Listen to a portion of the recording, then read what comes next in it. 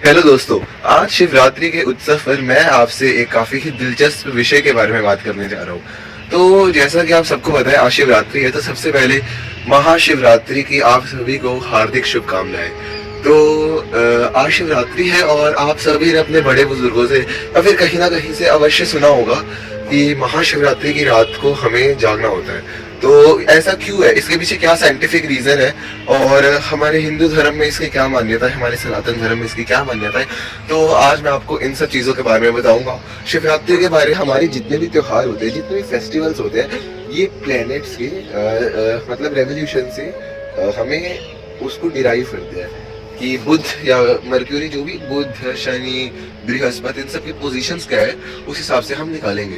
तो ये दर्शाता है कि हम लोगों ने एस्ट्रोफिजिक्स में कितनी तरक्की कर चुकी है, और उतने तो एक्चुअली आज की साइंस को भी पहुंचने में बहुत समय लगता है, जो हमने आज से काफी साल पहले कर दिया। तो चलो कोई बात नहीं, हम आगे देखते हैं कि महाशिवरात्रि बेसिकली आप जब भी देखोगे ये अमावस्या की एक दिन पहले होती है। कि अगर आज 18 फेब को शिवरात्रि है तो कल 19 फेब को अमावस्या होगी ही होगी।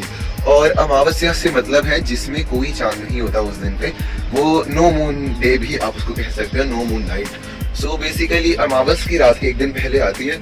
और उस समय जैसे कि अब आपको मैं, अगर आपने बचपन में ना 6, 7, 8, 9 कभी भी थोड़ी सी भी साइंस पढ़ी होगी ना, तो आपको ये पता होगा कि समुद्र में जो पानी उठता है ना, समुद्र में पानी की लपटें उठती है, ये बेसिकली किस रीजन की वजह से उठती है?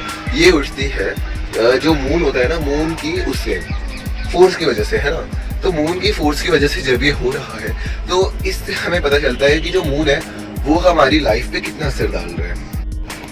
तो महाशिवरात्रि बेसिकली साल में ना 2 सोलिस्टिस होते हैं, समर सोलिस्टिस, विंटर सोलिस्टिस।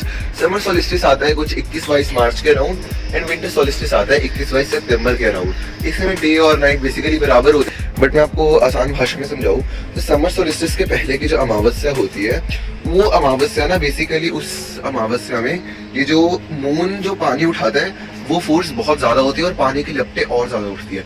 आप इस समय में अब जो 1 महीना बचा है समर सोलिस्टिस में, इस बीच में आप किसी भी समुद्र के पास, किसी भी कोस्टल एरिया के पास जाकर देखोगे तो वहां पे आपको दिखेगा कि जो पानी की लहर है रात में बहुत ऊंची उठ रही है। तो अब आप देखो, जो हमारा शरीर है इसमें 66% वाटर से हमारा शरीर बना है, ये बात आप सबको पता होगी।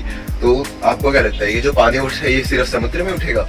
नहीं भैया, ये पानी हमारे शरीर का भी उठेगा, एंड ये जो शरीर का पानी हमारा नीचे से ऊपर तक उठेगा, तो हमारी जो एनर्जी लेवल होता है वो भी नीचे से ऊपर तक इंक्रीज होता है। और इस बीच में अगर हम अपनी जो रात होती है बेसिकली उसमें हम लेटते हैं, या फिर आसान भाषा में अगर हम अपनी ये जो बैकबोन होती है इसको बेंड करते हैं, तो फिर ये जो फ्लो होता है नीचे से ऊपर का, ये बैठ नहीं पाता सही से, और इससे हमारी बॉडी को कुछ सेंसिटिव टर्म्स में हार्म भी पहुंचता है, और हम बहुत बड़ा बेनिफिट छोड़ सकते हैं। फ्री का बेनिफिट मतलब बॉडी को बहुत बड़ा बेनिफिट मिलता है, वो भी मैं आपसे बात करूंगा। तो जब हम रात भर ऐसे जगराता करो यार, कीर्तन करो, स्टूडेंट हो, पढ़ाई करो, कुछ भी करो, घर का काम कर लो यार, बट इस टाइम पे अगर आप जागोगे इस रात को, तो आपकी एनर्जी लेवल काफी ऊपर जाएगी, और इससे आपका, और शिवरात्रि देखिए साल के स्टार्टिंग में आता है, तो इससे हम कह सकते हैं कि आपका पूरा साल काफी अच्छे तरीके से जाएगा। तो यार देखो, मैंने आपको कितनी आसान तरीके से समझा दिया कि महाशिवरात्रि की रात को जागने का महत्व क्यों है।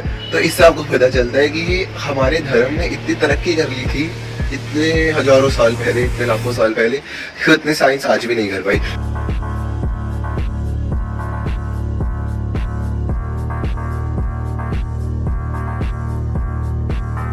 तब तक के लिए thank you, bye bye, once again happy Shivratri to all of you. हर हर महादेव।